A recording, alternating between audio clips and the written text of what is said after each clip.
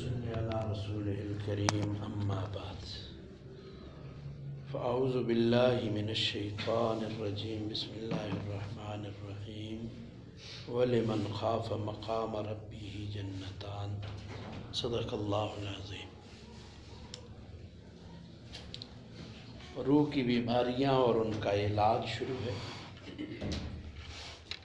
اور ان میں سے گناہوں کی بیماری اور اس کا علاج۔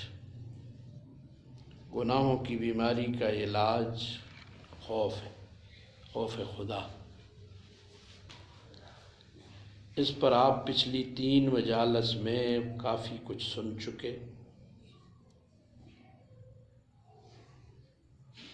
گزشتہ مجلس میں آپ نے سنا تھا اکثروا ذکر حازم اللذات الموت،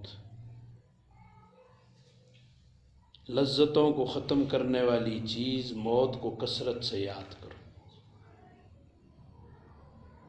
صبح شام جو بھی وقت مل جائے تھوڑا سا مراقبہ موت کا کر لینا چاہیے۔ اس سے خوف کا کچھ نہ کچھ ایسا انسان کو مل جاتا ہے۔ ایک حدیث مبارکہ میں حضور اقدس صلی اللہ علیہ وسلم نے فرمایا، تم میں سے ایک شخص جنت والوں کے عمل کرتا رہتا ہے یہاں تک کہ اس کے اور جنت کے درمیان ایک ہاتھ کا فاصلہ رہ جاتا ہے۔ اس وقت اس کے اوپر لکھی ہوئی تقدیر غالب آ جاتی ہے اور وہ شخص پھر جہنم والوں کے اعمال شروع کر دیتا ہے، حتیٰ کہ آخر کار وہ جہنم میں داخل ہو جاتا ہے۔ اس کے برعکس ایک شخص ساری عمر جہنم والوں کے عمل کرتا رہتا ہے یہاں تک کہ اس کے اور جہنم کے درمیان ایک ہاتھ کا فاصلہ رہ جاتا ہے۔ اس وقت اس کے اوپر لکھی ہوئی تقدیر غالب آ جاتی ہے اور اس کے بعد وہ جنت کے عمل شروع کر دیتا ہے، حتیٰ کہ آخر کار وہ جنت میں داخل ہو جاتا ہے۔ اس حدیث مبارکہ سے یہ سبق ملا کہ کوئی شخص اپنے عمل پر ناز نہ کرے کہ میں بڑا نیک ہو گیا ہوں، بزرگ ہو گیا ہوں، کہ میں فلاں عمل کر رہا ہوں اور فلاں عمل کر رہا ہوں، اس لیے کہ ان اعمال کا کوئی اعتبار نہیں۔ اعتبار زندگی کے آخری اعمال کا ہے، جیسا کہ ایک حدیث مبارکہ میں نبی کریم صلی اللہ علیہ وسلم نے فرمایا، انما العبرۃ بالخواتیم، یعنی خاتمے کا اعتبار ہے کہ خاتمے کے وقت وہ کیسے اعمال کر رہا تھا۔ کہیں ایسا نہ ہو کہ کسی عمل کی نحوست انسان کو جہنمیوں کے اعمال کی طرف لے جائے، اس لیے کہ نیک عمل کرتے ہوئے بھی ڈرتے رہنا چاہیے۔ لیکن ایک بات خوب سمجھ لینی چاہیے کہ اس انسان سے جہنمیوں والے اعمال جبری طور پر نہیں کرائے جائیں گے کہ زور سے اس سے جہنمیوں والے کام کرائیں تاکہ اس کی وجہ سے وہ جہنم میں چلا جائے، ایسا نہیں ہوگا، بلکہ وہ یہ سارے اعمال اپنے اختیار سے کرتا ہے، مجبور نہیں ہوتا، لیکن ان اعمال کی نحوست ایسی ہوتی ہے کہ وہ پچھلے سارے نیک اعمال کے اجر و ثواب کو ختم کر دیتی اور برے اعمال کی طرف انسان کو گھسیٹ کر لے جاتی ہے۔ بعض گناہوں کی نحوست ایسی ہوتی ہے کہ اس نحوست کی وجہ سے وہ پھر دوسرے گناہ میں بھی مبتلا ہو جاتا ہے اور دوسرے گناہ کی نحوست سے وہ تیسرے گناہ میں مبتلا ہو جاتا ہے، اور آہستہ آہستہ وہ گناہوں کے اندر اتنا منہمک ہو جاتا ہے کہ اس کے نتیجے میں اس کی ساری پچھلی زندگی پر پانی پھر جاتا ہے۔ اس لیے بزرگوں نے فرمایا کہ کسی بھی چھوٹے گناہ کو معمولی سمجھ کر مت کرو، اس لیے کہ کیا پتہ یہ چھوٹا گناہ تمہاری عمر بھر کی نیکیوں کو ختم کر دے، اور پھر کسی گناہ کو چھوٹا سمجھ کر لینا ہی اس کو کبیرہ بنا دیتا ہے، اور اس کا نقد وبال یہ ہوتا ہے وہ گناہ دوسرے گناہ کو کھینچتا ہے، رفتہ رفتہ پھر وہ گناہوں کے اندر مبتلا ہوتا چلا جاتا ہے۔ حضرت تھانوی رحمۃ اللہ علیہ فرماتے چھوٹے گناہ کی مثال ایسی ہے جیسے چھوٹی سی چنگاری، اور بڑے کی مثال ایسی ہے جیسے بڑی آگ اور بڑا انگارہ۔ اب کوئی یہ شخص یہ سوچ کر کہ یہ تو چھوٹی سی چنگاری ہے اور بڑی آگ تو ہے نہیں، لاؤ میں اس کو اپنے صندوق میں رکھ لیتا ہوں، تو اس کا نتیجہ یہ ہوگا کہ وہ چھوٹی سی چنگاری سارے صندوق اور کپڑوں کو جلا کر راکھ کر دے گی۔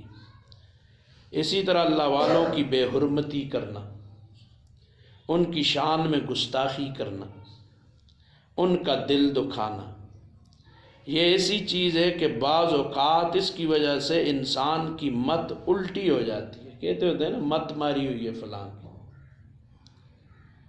لہٰذا اگر کسی اللہ والے سے تمہیں اختلاف ہو گیا تو اس اختلاف کو اختلاف کی حد تک رکھو، لیکن اگر تم نے اس کی شان میں گستاخی اور بے ادبی شروع کر دی تو اس کا وبال یہ ہوتا ہے کہ بعض اوقات انسان گناہوں میں پھنستا چلا جاتا ہے، اس کی نحوست، اور یہ بہت بری بات ہے۔ چوں خدا خواہت کے پردہ کس درد، جب اللہ چاہتے ہیں نا کسی کا پردہ چاک کر دیں، میل شندر تانہ پاکاں برد، اس کی دل میں اللہ والوں کی نفرت ڈال دیتے، بس نفرت آئی تو گیا، دنیا بھی گئی آخرت بھی گئی۔ تو اس لیے کہ یہ اللہ والے اور علماء اور یہ کیا ہے بھائی، یہ اللہ کے سرکاری لوگ ہیں نا، کسی ریاست کسی ملک کے سرکاری لوگوں کے ساتھ چھیڑو تو وہ ریاست کے بڑے چھوڑتے ہیں پھر، تو اسی طرح یہ اللہ والے ہوتے ہیں اور اللہ کے نوکر اور ملازم ہوتے ہیں، لہذا ان کی ساتھ کوئی غلط رویہ اختیار کرے تو اللہ انہیں معاف نہیں کرتا۔ تو اس لیے حقوق العباد میں سے بھی ہے، کسی سے اختلاف ہو جانا ایک زمانے سے میں کہہ رہا ہوں، اختلاف کو اختلاف کی حد تک رکھو، اور اس میں کسی کی مثلا فرض کرو کسی کے اخلاق اچھے نہیں، نماز بہت اچھی ہے، معاملات بھی اچھے ہیں، معاشرت بھی بہت اچھی ہے، لیکن صرف اخلاق کی وجہ سے تم کہو کہ ہونا جی یہ کسی کاری، باقی چیزوں کی بھی نفی کر دو، اس کی نمازاں چھوڑو جی ہم جانتے ہیں جی، اس کے فلاں کام چھوڑو جی ہم جی۔ تو اس لیے کسی ایک بات کی وجہ سے سب پہ پانی نہیں پھیرنا چاہیے۔ جیسے ایک بزرگوں کا واقعہ مشہور ہے کہ ان کے دور میں ایک بدتی قسم کا مولوی تھا، تو ہمیشہ ان کا آپس میں اختلاف رہتا، تو اللہ کی شان جو صحیح عالم تھے وہ بیمار ہو گئے، تو یہ جو اہل بدعت میں سے تھا مولوی صاحب، اس کو پتہ چلا تو ان کی تیمارداری کے لیے آیا۔ ان لوگوں کے اختلاف ذاتیات کے ساتھ نہیں ہوتے تھے، اللہ کے لیے اختلاف کرتے تھے۔ تو خادم نے اندر جا کے حضرت کو بتایا جی فلاں مولوی صاحب آئے ہیں، انہوں نے کہا اس کو کہو خبردار، وہ اس بدتی کو کہو میرا خاتمہ خراب نہ کرے جائے، میں نہیں ملتا ہوں اس سے۔ باہر گیا خادم، جا کر بتایا حضرت کہہ رہے ہیں نہیں کوئی ضرورت نہیں ہے، تم جاؤ اس بدتی سے کوئی خاتمہ خراب نہ کرو۔ اس بدعتی نے کہا حضرت کو جا کر کہو یہ بدعتی آپ کے ہاتھ پر توبہ کرنے آئے۔ حضرت نے پھر اپنی پگڑی دی، کہا اس کو راستے میں بچھاؤ اور اس پر چل کر آئے۔ ان لوگوں کے اختلاف ذاتیات کے ساتھ نہیں ہوتے۔ آج ہم تو بس ذرا کسی سے یہ ہوا جی میری مرضی کے مطابق نہیں ہے فلاں مولوی صاحب، تو بس جو ہو یہ ایسا ہے یہ ایسا ہے۔ یہ کیا بات ہے؟ لوگوں کی مرضیاں پوری کرے گا؟ کتنے لوگوں کی مرضی پوری کرے گا آج؟ یہ تو ہو ہی نہیں سکتی۔ ایک اللہ کو راضی کرنا آسان ہے، ساری دنیا کو تو راضی نہیں کر سکتا، کسی نہ کسی کو تو اختلاف ہوگا۔ لہٰذا اختلاف کی حد تک رکھے، معقول اختلاف رکھے، دلائل کے زور پر اختلاف رکھے، پھر تو ٹھیک ہے، لیکن خواہ مخواہ حضرت مفتی صاحب فرماتے ہیں میرے والد ماجد حضرت مفتی محمد شفیع صاحب رحمہ اللہ کا ایک رسالہ ہے جس کا نام ہے درس عبرت. اس میں ایک بہت بڑے بزرگ کا عبرتناک واقعہ لکھا ہے جو ساری عمر شیخ بزرگ اور اللہ والے رہے اور پھر اچانک مت الٹی ہوگی اور برے کاموں کے اندر مبتلا ہو گئے. تو بعض اوقات یہ چھوٹے سے گناہ کا وبال ہوتا ہے، اسی لیے کہا جاتا ہے کسی بھی گناہ کو چھوٹا سمجھ کر مت کرو، کہیں ایسا نہ ہو کہ وہ گناہ سوء خاتمہ پر منتج ہو، خاتمہ خراب ہو جاتا ہے. اور اکثر جو اللہ والوں کے ساتھ برائی رکھتے ہیں نا، ان کا خاتمہ اکثر خراب ہوتا ہے. اسی لیے تمام بزرگ ہمیشہ خاتمہ بالخیر کی دعائیں کراتے ہیں کہ خاتمہ خیر پر ہو جائے. اس کے برعکس بعض اوقات ایسا ہوتا ہے کہ ایک شخص کے اعمال خراب ہیں، گناہوں کے اندر مبتلا ہے، اچانک اللہ تعالیٰ نے نیک اعمال کی توفیق دے دی، اور یہ توفیق بھی کسی نیک عمل کے نتیجے میں ملتی ہے. مثلا پہلے کسی چھوٹے نیک عمل کی توفیق ہو گئی، پھر اس کی برکت سے اللہ تعالیٰ نے مزید نیک اعمال کی توفیق دے دی، اور اس کے نتیجے میں اس کے لیے جنت کا دروازہ کھل گیا. اسی وجہ سے حضور اقدس صلی اللہ علیہ وسلم نے فرمایا لا یحقرن احد شیئا من المعروف، تم میں سے کوئی بھی شخص کسی بھی نیکی کو حقیر مت سمجھے. کیا پتہ وہی نیکی تمہاری زندگی کے اندر انقلاب پیدا کر دے اور اس کی وجہ سے بیڑا پار ہو جائے اور اللہ تعالیٰ تمہاری مغفرت فرما دے. اللہ والوں کے ایسے بے شمار واقعات ہیں کہ چھوٹی سی نیکی کی اور اس کی بدولت اللہ تعالیٰ نے زندگی میں انقلاب پیدا فرما دیے. اس لیے چھوٹی سی نیکی کو بھی حقیر مت سمجھو. اور میں نے ایک رسالہ آسان نیکیاں کے نام سے لکھ دیا ہے جس میں ایسے چھوٹے چھوٹے اعمال لکھ دیے ہیں جن کی احادیث میں بڑی فضیلت بیان فرمائی گئی ہے. اگر انسان ان نیک کاموں کو کر لے تو اس کے نتیجے میں اس کے نیک اعمال بہت زیادہ ہو جائیں گے، ان میں اضافہ ہو جائے گا. ہر مسلمان کو یہ رسالہ ضرور پڑھنا چاہیے اور ان نیکیوں کو اپنی زندگی میں اپنانے کی کوشش کرنی چاہیے. بعض لوگ اس حدیث کی بنیاد پر یہ کہتے ہیں جب تقدیر میں لکھ دیا گیا ہے، سمجھنے کی بات کہ کون شخص جنتی ہے اور کون جہنمی ہے، تو اب عمل کرنے کا کیا فائدہ جب پہلے سے طے شدہ ہے، ہوگا وہی جو تقدیر میں لکھا ہے. خوب سمجھ لیجئے اس حدیث کا یہ مطلب نہیں کہ تم وہی عمل کرو گے جو تقدیر میں لکھا ہے، بلکہ اس حدیث کا مطلب یہ ہے تقدیر میں وہی بات لکھی ہے جو تم لوگ اپنے اختیار سے کرو گے. اس لیے تقدیر تو علم الہی کا نام ہے، اور اللہ تعالیٰ کو پہلے سے پتہ تھا تم اپنے اختیار سے کیا کچھ کرنے والے ہو، لہذا وہ سب اللہ تعالیٰ نے لوح محفوظ میں لکھ دیا ہے. لیکن تمہارا جنت میں جانا یا جہنم میں جانا در حقیقت تمہارے اختیاری اعمال ہی کی بنیاد پر ہوگا. یہ بات نہیں کہ انسان عمل وہی کرے گا جو تقدیر میں لکھا ہے، بلکہ تقدیر میں وہی لکھ دیا گیا ہے جو انسان اپنے اختیار سے عمل کرے گا.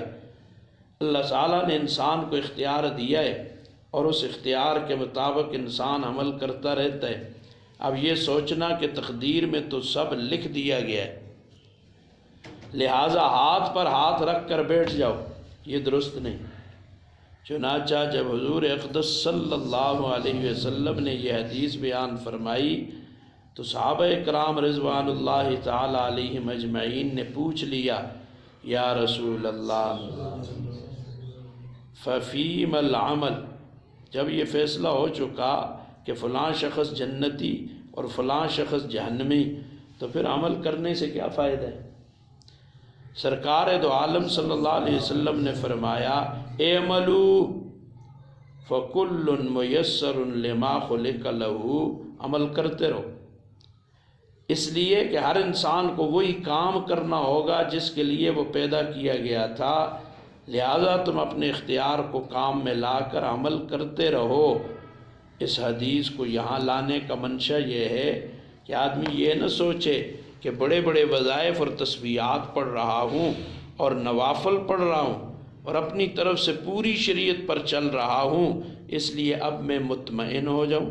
ارے آخر دم تک انسان کو مطمئن نہیں ہونا چاہیے، بلکہ یہ دھڑکا اور یہ خوف انسان کو لگا رہنا چاہیے، کہیں ایسا نہ ہو میری یہ حالت بدل جائے۔ مولا روم رحمہ اللہ فرماتے ہیں، اندری راہ میں خراش و میں خراش، میں تراش و میں خراش، تا دم آخر دم فارغ مباش۔ اس راستے میں تو ہر وقت تراش خراش چلتی رہتی ہے، ہر وقت اپنے نفس کی نگرانی کرنی پڑتی ہے، کہیں یہ غلط راستے پر تو نہیں جا رہا۔ بڑے بڑے لوگ بے فکری کی وجہ سے پھسل گئے، اس لیے آخر دم تک انسان کو بے فکر نہیں ہونا چاہیے۔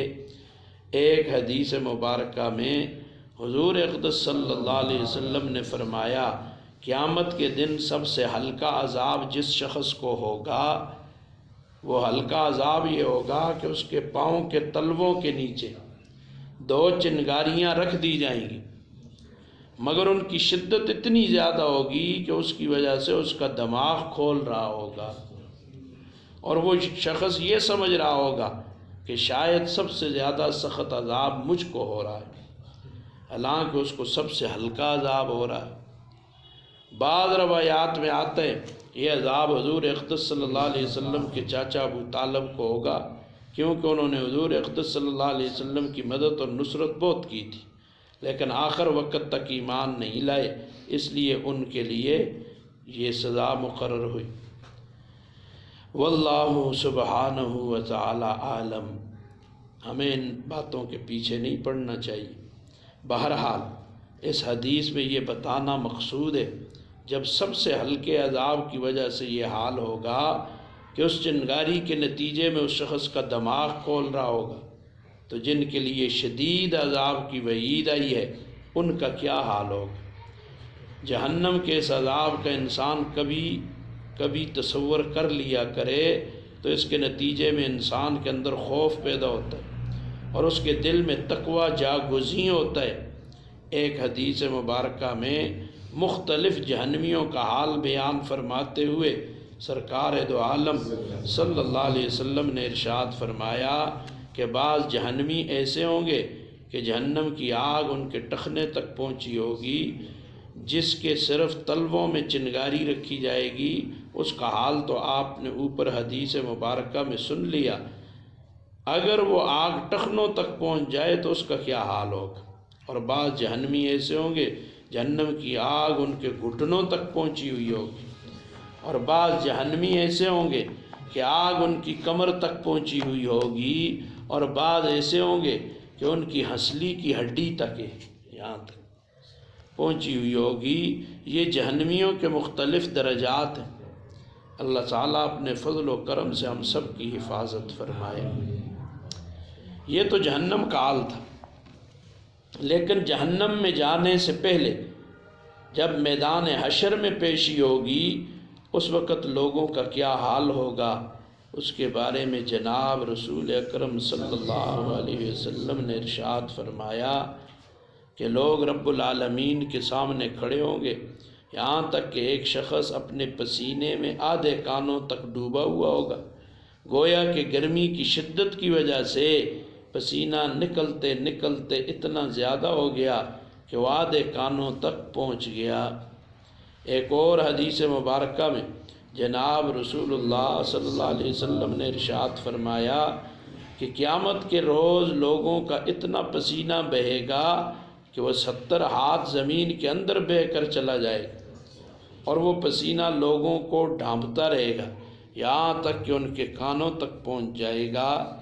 ایک اور روایت میں حضرت ابو ہریرہ رضی اللہ عنہ فرماتے ہیں، ایک مرتبہ ہم لوگ حضور اقدس صلی اللہ علیہ وسلم کی خدمت میں بیٹھے ہوئے تھے کہ اتنے میں آپ نے کسی چیز کے گرنے کی آواز سنی۔ آپ صلی اللہ علیہ وسلم نے صحابہ کرام رضوان اللہ تعالی علیہم اجمعین سے پوچھا، تم جانتے ہو یہ کس چیز کے گرنے کی آواز ہے؟ ہم نے عرض کیا کہ اللہ و رسول عالم، اللہ اور اس کا رسول جانتے۔ پھر آپ صلی اللہ علیہ وسلم نے ارشاد فرمایا کہ آج سے 70 سال قبل ایک پتھر جہنم کے اندر پھینکا گیا تھا، آج وہ پتھر اس کی تہہ میں پہنچے۔ 70 سال یہ اس پتھر کے گرنے کی آواز ہے۔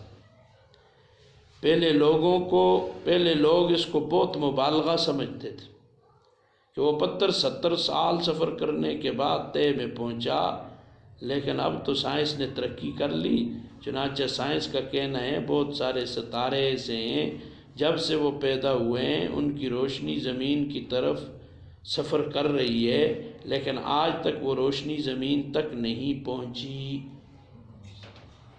جب سے زمین پیدا ہوئی، جب اللہ تعالیٰ کی مخلوقات اس قدر وسیع ہیں تو پھر اس میں کیا بعد ہے کہ ایک پتھر جہنم کے اندر 70 سال سفر کرنے کے بعد اس کی تہہ میں پہنچاؤ۔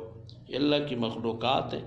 وَمَا يَعْلَمُ جُنُودَ رَبِّكَ إِلَّا هُوَ، اور اللہ کے لشکروں کو، اللہ کی مخلوقات کو سوائے اللہ کے کوئی نہیں جانتا۔ بہرحال اس حدیث کے ذریعے جہنم کی وسعت بتلانا مقصود ہے۔ اللہ تعالی ہم سب کو اس جہنم سے محفوظ رکھے۔ ان تمام احادیث کا حاصل یہ ہے کہ انسان کبھی کبھی اپنی موت کا اور جنت اور جہنم کی ان باتوں کا تصور کیا کرے، اس سے رفتہ رفتہ دلوں میں گداز اور خوف پیدا ہو۔ آج وہ باتیں ہم نے چھوڑ دی، مرنا، جنت، دوزخ، جہنم، وہاں کی سزائیں، وہ چیزیں ختم ہو گئی۔ پہلے گھروں میں موت کا منظر کتاب ہوتی تھی، لوگ پڑھا کرتے تھے، اور اسی طرح موت کا جھٹکا نامی کتاب تھی، لوگ ان کو پڑھتے تھے، خوف خدا پیدا ہوتا تھا۔ آج وہ ساری چیزیں چلی گئیں، ڈرامے تو پتہ نہیں کیا کیا آ گئے، تو اس لیے وہ خوف، وہ اللہ کا ڈر کہ اللہ کی ناراضگی سے ڈرتے رہنا۔ اب دنیا کی ناراضگی سے ہم ڈرتے ہیں، لوگ خفا نہ ہو جائیں، فلانا خفا نہ ہو جائے، فلانا خفا نہ ہو جائے، او جی میں نے ایسا دین پہ چلا تو لوگ کیا کہیں گے، لوگ خفا ہو جائیں گے۔ تو اس لیے لوگوں کا ہمیں خوف ہے، لوگوں کا ڈر ہے، اللہ کی ناراضگی کا کوئی ڈر نہیں، ڈرتے رہنا چاہیے۔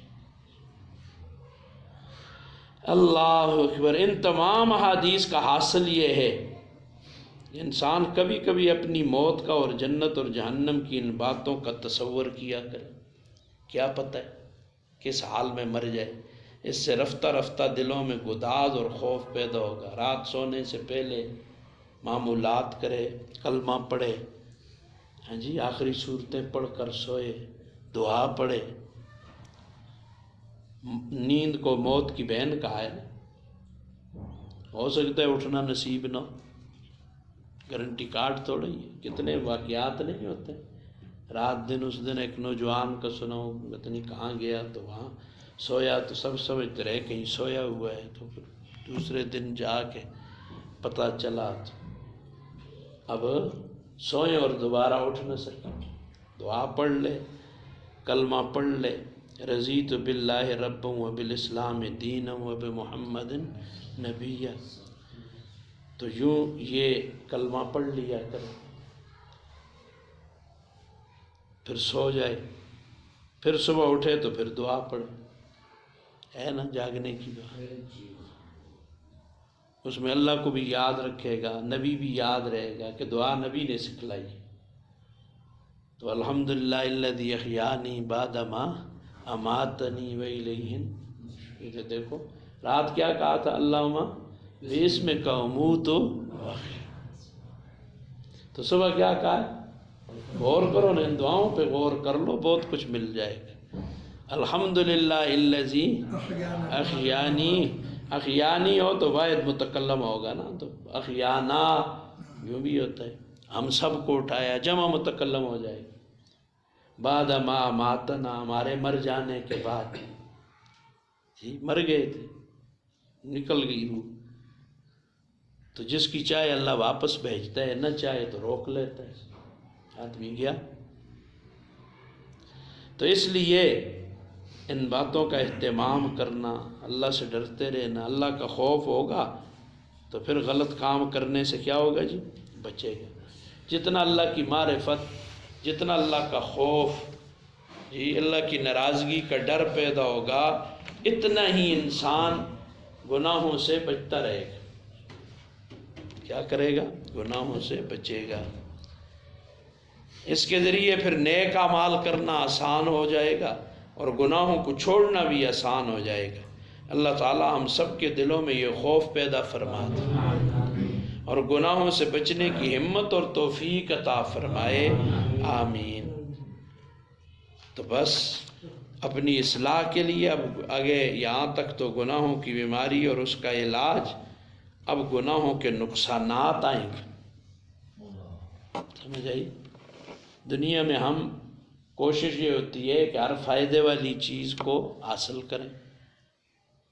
جسم میں جن چیزوں کو فائدہ پہنچتا ہے ہم اسے حاصل کرنے کی کوشش کرتے ہیں۔ روح کے متعلق ہم بالکل بغم ہو گئے کہ جن چیزوں سے اس کو فائدہ پہنچتا ہے وہ حاصل نہیں کرتے، اور جس سے ان کو نقصان ہوتا ہے روح کو، اس سے بچتے نہیں ہیں۔